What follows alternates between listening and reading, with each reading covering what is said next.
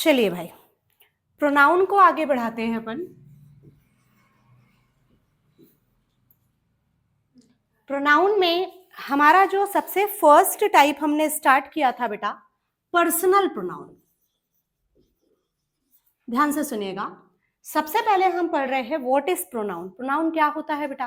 तो एक ऐसा शब्द होता है जो नाउन के प्लेस पर यूज में लाया जाता है। पहली बार में हम नाउन को यूज करते हैं, जब दूसरी बार या अगेन हमें नाउन का यूज करना है तो हम नाउन का यूज ना करके हम प्रोनाउन का यूज करते हैं। अब बात ये आती है कि प्रोनाउन की अगर बात करें तो प्रोनाउन है कितने प्रकारों में? ओवरऑल 7 टाइप्स में है, जिसमें हमने पहला प्रकार स्टार्ट कर दिया है पर्सनल प्रोनाउन। पर्सनल प्रोनाउन का नाम पर्सनल क्यों रखा गया बेटा? क्योंकि उसमें पर्सन्स होते हैं। पर्सन की संख्या की अगर बात करें तो 3 पर्सन होते हैं, first person, second person and third person.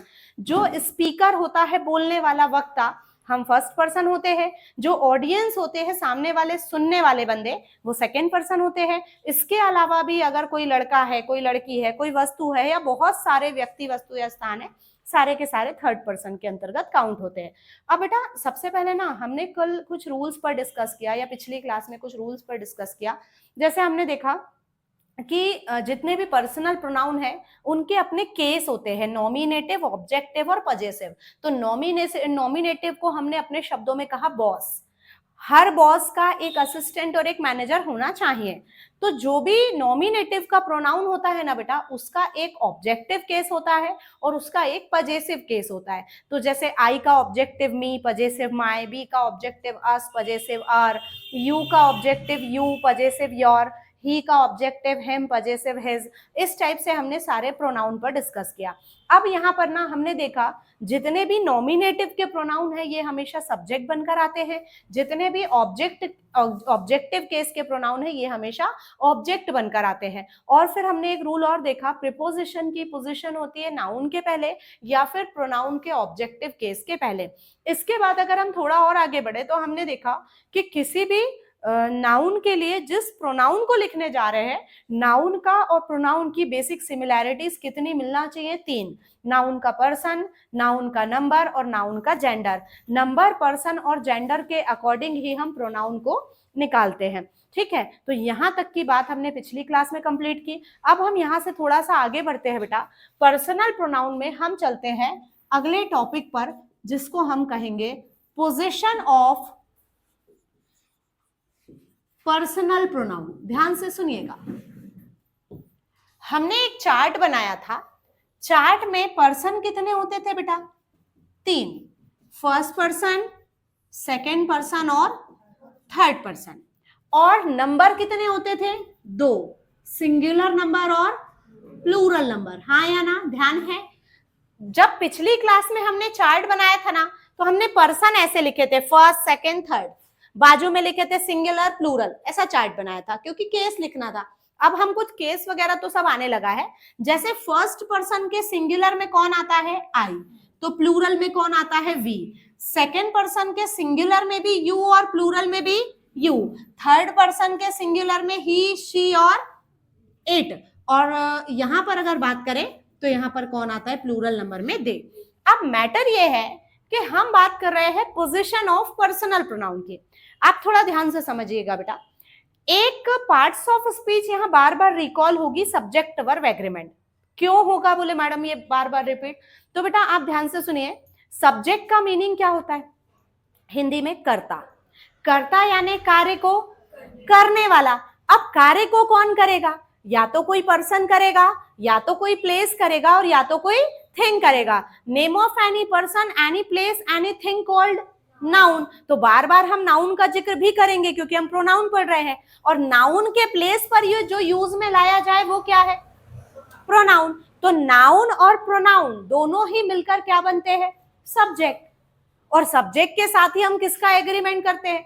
Verb का। तो यहां पर कहीं ना कहीं आपको ये चैप्टर बार बार रिकॉल होगा। तो जिन्होंने सब्जेक्ट वर्ब एग्रीमेंट मेरी क्लास में पढ़ा है, आपके लिए एक छोटा सा यहाँ पर रिवीजन टाइप का होगा। और जिन्होंने नहीं पढ़ा है ना बेटा, तो आप यहाँ अच्छे से उन चीजों को समझ लीजिएगा, तो सब्जेक्ट वर्ब एग्रीमेंट भी आपका रिकवर हो जाएगा। क्लियर इतनी बात? तो चलिए हम बात कर रहे हैं सबसे पहले पोजीशन की। पोजीशन में हमने कुछ रूल्स ऐसे पढ़े हैं, ध्यान से सुनिएगा। जैसे कोई सब्जेक्ट आता है, सपोज किसी पर्सन का नाम आया, नेम ऑफ एनी पर्सन, तो हमें पता है कि सब्जेक्ट सिंगुलर है तो हम वर्ब भी कैसे लगाते हैं। लेकिन मान लो ऐसा आ जाए राम एंड मोहन, अब ये एक सिंगुलर नंबर का सब्जेक्ट एक और सिंगुलर नंबर का सब्जेक्ट जुड़ गया किससे, एंड जो इंग्लिश का है इसे हिंदी में क्या कहते हैं, और। अब इसको अगर हम ट्रांसलेट करते हैं तो हम कहते हैं राम और मोहन, ओवरऑल कितने लोग, दो के कारण हमारा सब्जेक्ट प्लूरल, और सब्जेक्ट वर्ब एग्रीमेंट बोलता है सब्जेक्ट सिंगुलर तो verb singular and subject plural तो वर्ब प्लूरल। तो हमने इज और आर में से आंसर आर लगा दिया। यहां तक की बात सबको आती है, बेसिक है। अब थोड़ा सा आगे बढ़ते हैं। जैसे हमने कहा राम और मोहन, सीता और गीता, मेरे पापा और मेरे चाचा, कितने कितने लोगों की, दो अलग अलग लोगों की अलग अलग बात की है बेटा। ऐसा भी तो हो सकता है ना, ये है नेम ऑफ एनी पर्सन, ये भी name of any person called noun, तो पर्सन प्लेस और थिंग कॉल्ड नाउन, नाउन के प्लेस पर प्रोनाउन भी तो हम यूज कर सकते हैं ना। तो जैसे सपोज हमें ये ना बोलना हो राम एंड मोहन, हमें डायरेक्ट कहना हो तुम और मैं, तुम और वह और मैं। तो ये जो हम प्रोनाउन कह रहे हैं तुम वह मैं, ये सिंगुलर सिंगुलर है या प्लूरल, सिंगुलर है। तो सबसे पहले हम पोजीशन देखेंगे सिंगुलर नंबर के साथ।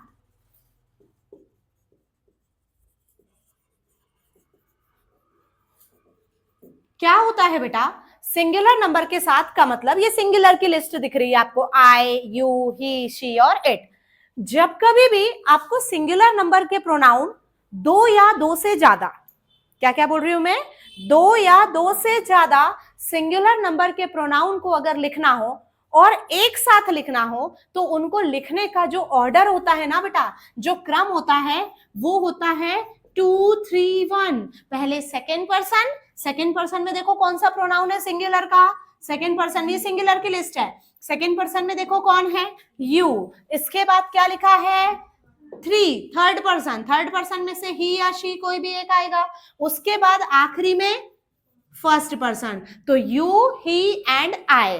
तो इस प्रकार से ये 2 3 1 के ऑर्डर में लिखा जाता है। अब मैटर ये है कि एग्जाम में कई बार क्वेश्चन ऐसा आता है, आई एंड ही आर, तो आप ये बताइए आई यानी मैं, और एंड यानी और ही यानी वह, मैं और वह कितने लोग काम में लगे, दो के कारण सब्जेक्ट प्लूरल, तो वर्ब भी प्लूरल। तो ये आर वर्ब तो यहाँ पर करेक्ट है बेटा, पर ये जो आई एंड ही का ऑर्डर है ना, ये ऑर्डर इनकरेक्ट है। हमें इसे करेक्ट करना चाहिए और हमें ऑर्डर बताना है 2 3 1। अब देखो इसमें 2 नहीं है, सेकेंड पर्सन नहीं है, तो जाने दो, पर 3 एंड 1 तो है ना, तो 2 3 1। तो थर्ड पर्सन में कौन आएगा पहले, ही, और उसके बाद ही कौन आएगा, आई, फर्स्ट पर्सन में। तो ये ऑर्डर आई एंड ही नहीं होना चाहिए, ये होना चाहिए ही एंड आई। तो इस टाइप से भी ये क्वेश्चन ऐसे पेपर में आ चुके हैं। तो आपको पता होना चाहिए कि जब भी हमें दो या दो से ज्यादा प्रोनाउन, अभी दो ही प्रोनाउन लिखे, दो से ज्यादा भी हो तो इनको लिखने का जो ऑर्डर होता है वो क्या होता है, 2 3 1। अब हम इसको ना सब्जेक्ट वर्ब एग्रीमेंट में जब सिखाते हैं बेटा, तो आपको डिनर प्लेट वाले एग्जाम्पल से सिखाते हैं। अगर जिन बच्चों को याद हो तो ठीक है, और नहीं तो जो पहली बार अभी बैठे हैं, बोले मैडम हम उस दिन नहीं आए थे या हमने बाद में क्लास ज्वाइन की, तो आपके लिए मैं एक बार और बताती हूँ, है ना, ध्यान से सुनिएगा, क्योंकि ये फॉरएवर फिर याद रहता है हमको। ध्यान से देखिए, 2 3 1 को याद करने का एक बहुत ही अच्छा तरीका है। क्या किया मैंने, मैं मतलब कौन, फर्स्ट पर्सन आई, मैंने डिनर पर इनवाइट किया अपने फ्रेंड को। पहले के समय में होता था घर जाकर लोग निमंत्रण करते थे, है ना। अब वो वाला ट्रेंड बिल्कुल कोविड के बाद से खत्म हो गया है, कॉल पर ही इनविटेशन भी एक्सेप्ट हो जाते हैं, बुरा भी नहीं मानता कोई, है ना। तो ऐसी वाली बात कोविड के बाद से आ रही है। तो मैंने अपने फ्रेंड को कॉल किया, मैंने कहा भाई बहुत दिन हो गए, काफी दिनों से हमारी मुलाकात नहीं हुई है, आओ साथ में डिनर करेंगे। तो कहता है यस ओके। उसी ने हमारा प्रपोजल को एक्सेप्ट किया बेटा, इनविटेशन को एक्सेप्ट किया। हमने किसे इनवाइट किया, सामने वाले को। सामने वाला हमारे लिए कौन सा पर्सन, सेकेंड पर्सन। आई ने इनवाइट किया, सामने वाले को हम कभी भी आप या तुम करके प्रोनाउंस करते हैं। अब जब हमने ना सामने वाले को डिनर पर इनवाइट किया, तो हमको तो ये पता था कि 2 लोग के लिए भोजन तैयार करना है, हम रसोई में पहुंचे, किचन में पहुंचे और बहुत सारी प्रकार की डिश बनाना स्टार्ट किया, पर एस्टिमेट कितना रखा?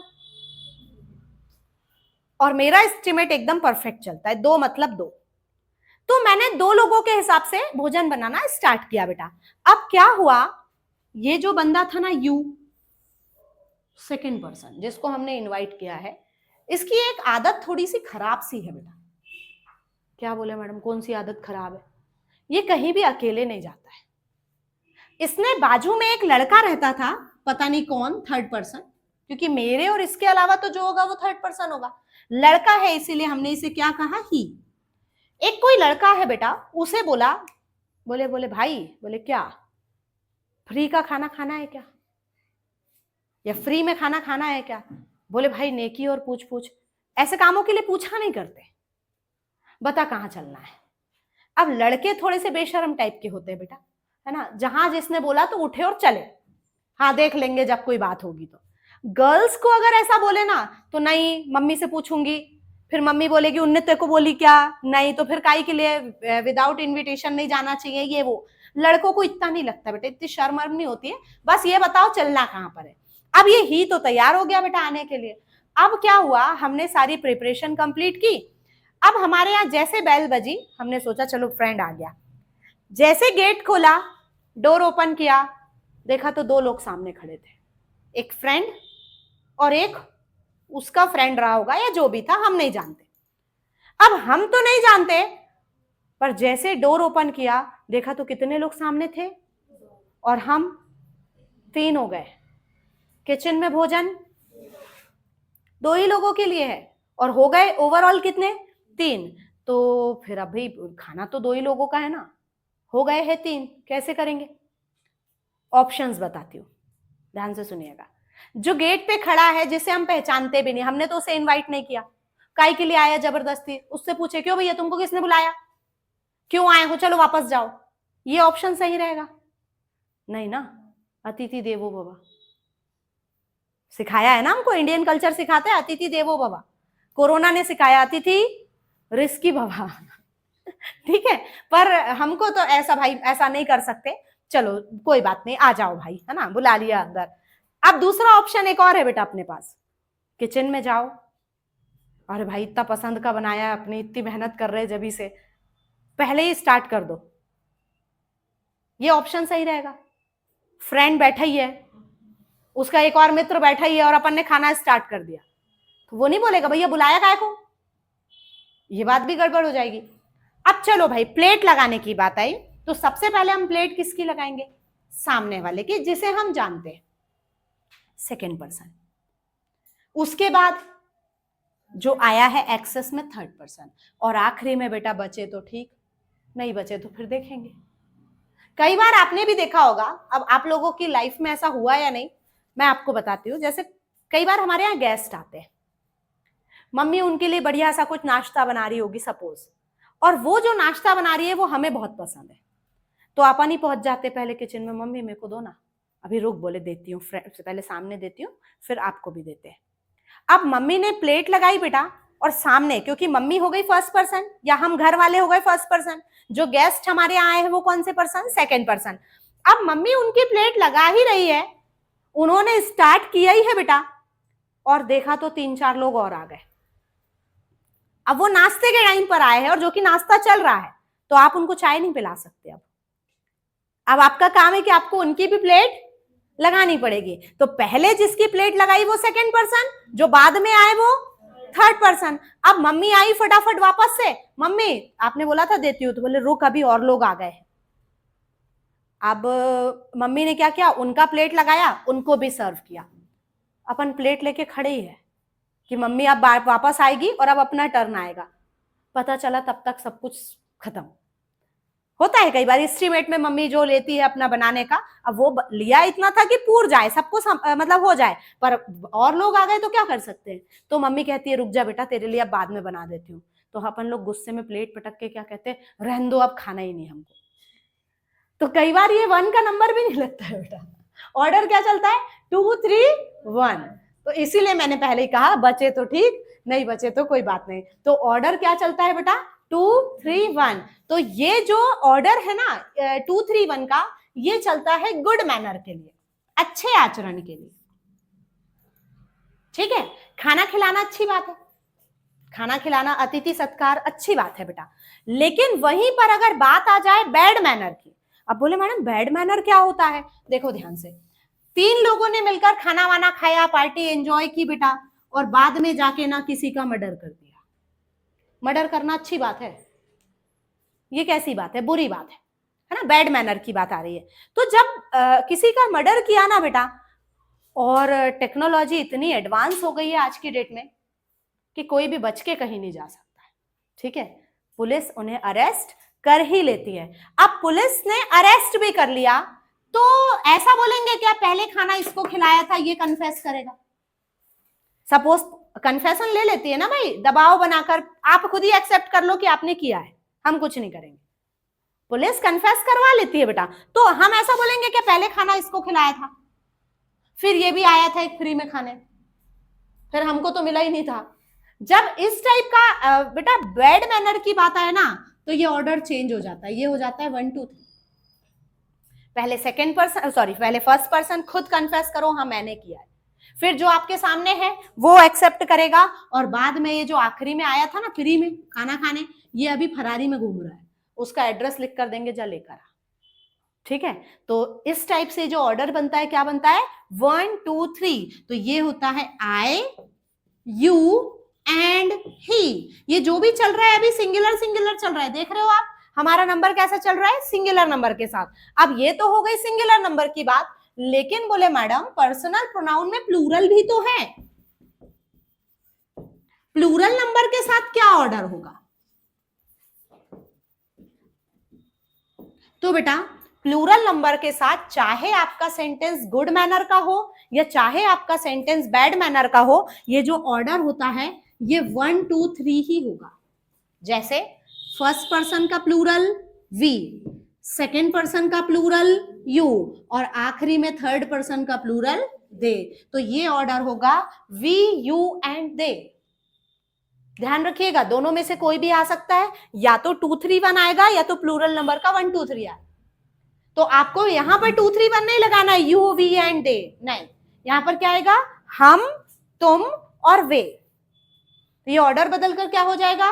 वी, यू एंड दे।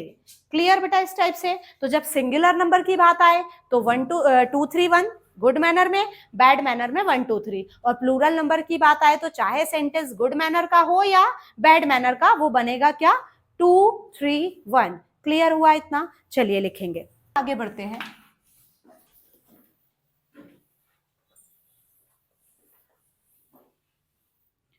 ये जो हमने अभी कंप्लीट किया ना बेटा, ये 10+2 के स्टैंडर्ड के जितने भी एग्जाम्स होते हैं ये वहां देखने को मिलता है।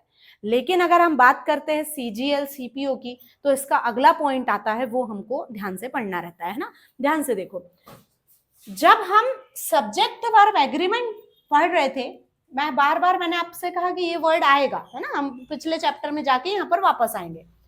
जब मतलब हमने बात किया कि जब हम सब्जेक्ट वर्ब एग्रीमेंट में पढ़ रहे थे, तो मैंने आपको 2 एग्जांपल्स बताए थे बेटा, इट इज आई या इट एम आई। तो आपने सही क्या बताया था, बताइए? इट इज आई या इट एम आई? सही कौन सा है? इट इज आई करेक्ट है, मतलब इट एम आई रॉन्ग है। ठीक है, हमने आपको वहां ये सिखाया कि बी वर्ब का कॉम्प्लीमेंट सब्जेक्ट नहीं होता है। ठीक है, सब्जेक्ट हमेशा बी वर्ब के पहले आता है, तो इट सब्जेक्ट है तो इट की वर्ब इज होगी, इसलिए इट इज करेक्ट है। परंतु ना बेटा आप मुझे ये बताइए, इट इज आई होना चाहिए या इट इज मी होना चाहिए? हाँ, अब ये बताइए, अब क्योंकि फाइनली हम सब्जेक्ट वर्ब पर नहीं है, हम प्रोनाउन पर है, तो आई या me? It is me, it is I, me, correct. देखो काम की बात सुनो यहां पर थोड़ा सा, एक सेंटेंस होता है आई नो हिम, और एक होता है ही इज अ टीचर। दो सेंटेंसेस मिले देखने को, यहां पर आई क्या है? Known you known main verb. जिस जिस सेंटेंस में मेन वर्ब अवेलेबल होता है उसके बाद का स्थान ऑब्जेक्ट कहलाता है, हाँ या ना? पढ़ाया है ऐसा? अच्छा, ही क्या है? Is am are be verb. इस सेंटेंस में मेन वर्ब नहीं है तो मेन वर्ब का तो ऑब्जेक्ट होता, लेकिन बी वर्ब का क्या होगा? हाँ। अब आप यहां पर देखिए, इट इज, ये इज आपका क्या है? Be verb. तो ये आई आपका क्या या मी आपका क्या होगा? पक्का? पोजीशन को समझो पहले, बी वर्ब का कॉम्प्लीमेंट। अब बेटा मैटर ये है, मैंने पिछली क्लास में आपको सिखाया कि सब्जेक्ट के प्लेस पर हमेशा नॉमिनेटिव प्रोनाउन, सब्जेक्ट के प्लेस पर नॉमिनेटिव और ऑब्जेक्ट के प्लेस पर ऑब्जेक्टिव। तो ये तो सही है भैया, ऑब्जेक्ट के प्लेस पर ऑब्जेक्टिव आएगा, चार्ट बनाया, नॉमिनेटिव ऑब्जेक्टिव पॉजेसिव, 3 प्रोनाउन लगाए, ऑब्जेक्ट के प्लेस पर ऑब्जेक्टिव आएगा, करेक्ट है, ये कोई दिक्कत नहीं है। लेकिन ना बेटा, बी वर्ब का कॉम्प्लीमेंट, कॉम्प्लीमेंट के प्लेस पर या ऑब्जेक्ट के प्लेस पर, प्लेस ऑफ द ऑब्जेक्ट या place of the complement, noun भी आते हैं और प्रोनाउन भी आते हैं। तो प्रोनाउन का तो यहां प्रॉब्लम सॉल्व कि ऑब्जेक्ट के प्लेस पर ऑब्जेक्टिव केस आएगा, लेकिन कॉम्प्लीमेंट के प्लेस पर नॉमिनेटिव या ऑब्जेक्टिव, ये बताइए, इट इज आई या इट इज मी?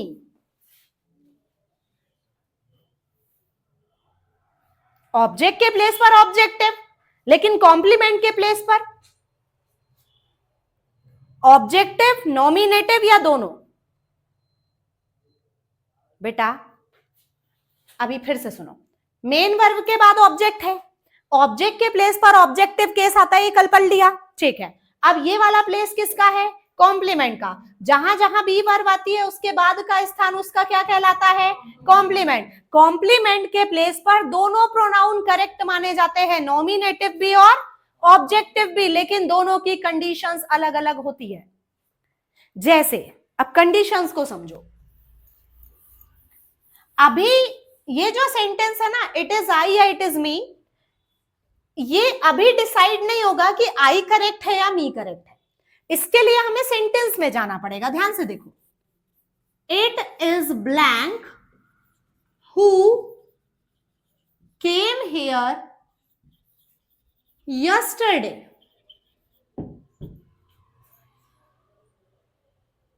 अब आराम से समझना है, सबसे पहले इट आया, be verb, sorry subject, is am are आपकी, ये बी वर्ब का। अब यहां पर मैडम ने कहा कि नॉमिनेटिव भी आ सकता है, ऑब्जेक्टिव भी आ सकता है, पर दोनों नहीं आएंगे, कोई एक आएगा। इसके लिए आप चेक कीजिए इस पूरे सेंटेंस को। सेंटेंस में आप मुझे ये बताइए बेटा, जो आपने पढ़ा है उसी को हमको आगे रखना है। यस्टरडे पढ़ा है, क्या पढ़ा? यस्टरडे, अगो या लास्ट के साथ कोई भी शब्द आए तो टेंस हमेशा सिंपल पास्ट होता है। सिंपल पास्ट यानी वर्ब का। अब मुझे बताइए, ये वर्ब कौन सी वर्ब है? मेन वर्ब अगर है तो हर वर्ब का एक सब्जेक्ट होता है, हर वर्ब का एक सब्जेक्ट होता है। अब इस सेंटेंस को अगर हम ट्रांसलेट करें तो कहेंगे it is blank who came here yesterday, यह मैं ही हूं जो, रिलेटिव प्रोनाउन, जो कल यहां आया था। तो अब इसको ना अपन अपने शब्दों में बोल देते हैं, भैया मैं ही कल भी आया था, पर इंग्लिश में ऐसा नहीं बोला जाता। इंग्लिश में कहते हैं यह मैं ही हूं जो कल यहां आया था। तो एक क्रिया हुई है आने की, वर्ब। कौन आया? मैं आया। तो जो आया उसने कार्य को किया, कार्य को करने वाला कौन होता है? सब्जेक्ट। सब्जेक्ट के प्लेस पर प्रोनाउन का कौन सा केस? नॉमिनेटिव। या फिर ये मेन वर्ब है, मेन वर्ब के पहले हमेशा सब्जेक्ट होता है, तो सब्जेक्ट के लिए नॉमिनेटिव आएगा। यहां पर अगर आपने मी को लिखा तो गलत हो जाएगा, और एग्जामिनर लिख कर देता है it is me who came here yesterday. क्या लिख कर देता है? It is me who came here yesterday, और बच्चे को लगता है इट इज मी तो होता है। बेटा इट इज मी भी होता है, इट इज आई भी होता है। स्पोकन इंग्लिश में चलता है इट इज मी या इट्स मी। अब वो वाली स्थिति क्या होती है उसको समझो। यहां पर ये सही है, क्योंकि ये सेंटेंस सिर्फ इतना नहीं होता है, ये सेंटेंस आगे बढ़ के पूरा कंप्लीट होता है। और वहां आई से तो सेंटेंस की स्टार्टिंग होती है, आई से सेंटेंस की स्टार्टिंग होती है। और किसी भी सेंटेंस की स्टार्टिंग कहां से होती है? सब्जेक्ट से। सब्जेक्ट मतलब प्रोनाउन का कौन सा केस? नॉमिनेटिव। तो नॉमिनेटिव का प्रोनाउन आएगा। वहीं पर अगर ये सेंटेंस ऐसा हो जाए इट इज मी, ये पंक्चुएशन आ जाए। पंक्चुएशन को ध्यान से देखो, मार्क ऑफ एक्सक्लेमेशन, एक्सक्लेमेटरी का मार्क आ जाए तो ये सेंटेंस बस इतना ही जाता है और यहां पर रुक जाता है। तो ये बनता है इट इज मी। देखा है मैंने, ये गर्ल्स टी शर्ट पे भी लिखा होता है इट्स मी। कहीं पर भी अपनी प्रेजेंस बताने के लिए हाँ मैं हूं, इट्स मी या इट इज मी, इसके बाद आगे बंदा कुछ भी नहीं कहता है। तो ये सब्जेक्ट, ये वर्ब और ये ऑब्जेक्ट। ऑब्जेक्ट के प्लेस पर प्रोनाउन का कौन सा केस? ऑब्जेक्टिव। सेंटेंस उसके बाद आगे नहीं बढ़ता बेटा। हालांकि ऑब्जेक्ट बोलने की परमिशन नहीं है, क्योंकि ऑब्जेक्ट उसी में होता है जिसमें मेन वर्ब होता है। मेन वर्ब नहीं है, बी वर्ब है, तो हम इसे कॉम्प्लीमेंट ही बोलेंगे, पर हम समझेंगे इसे ऑब्जेक्ट। क्लियर? बोलने की परमिशन नहीं है, रिस्ट्रिक्शन लगा है कि आप मेन वर्ब का ही ऑब्जेक्ट होता है, बी वर्ब का कॉम्प्लीमेंट होता है। तो जब भी बी वर्ब के देखिए दो चीजें पढ़ रहे हैं, सब्जेक्ट के प्लेस पर नॉमिनेटिव, ऑब्जेक्ट के प्लेस पर ऑब्जेक्टिव। अब ऑब्जेक्ट कब होगा? जब मेन वर्ब होगा। लेकिन कई बार ऐसी भी स्थिति होती है ना कि मेन वर्ब नहीं होता है, सिर्फ बी वर्ब होता है। तो बी वर्ब के बाद उसका क्या? कॉम्प्लीमेंट। और कॉम्प्लीमेंट के प्लेस पर फिर प्रोनाउन का कौन सा केस? तो आप याद रखिए नॉमिनेटिव केस। कौन सा केस? नॉमिनेटिव। सेंटेंस आगे तक जाएगा और यही आता है पेपर में। 2-3 क्वेश्चंस तो मैंने ऐसे देखे हैं, इट वॉज हिम, आगे सेंटेंस हु से आगे था, तो इट वॉज हिम या इट वॉज ही? वो ही था या यह वो ही था? कोई लड़के के बारे में बोल रहा है, जैसे मैंने बोला मैं ही हूं, तो मैं ही था या वह ही था कोई लड़का, तो ये हिम नहीं आएगा, ये क्या आएगा? ही आएगा। इस टाइप से भी क्वेश्चंस पेपर में आ चुके हैं और यहां पर आते ही है। और वो जनरली ना ऑब्जेक्टिव इसलिए लिख के देता है क्योंकि बच्चों को कहीं ना कहीं पहले से पता होता है इट्स मी या इट इज मी। बन जाएगा, ठीक है। तो इसे हम कहते हैं बी वर्ब के कॉम्प्लीमेंट की पोजीशन, ठीक है। तो अगली हेडिंग बनाइए आप, ऐसा बनाना यहां।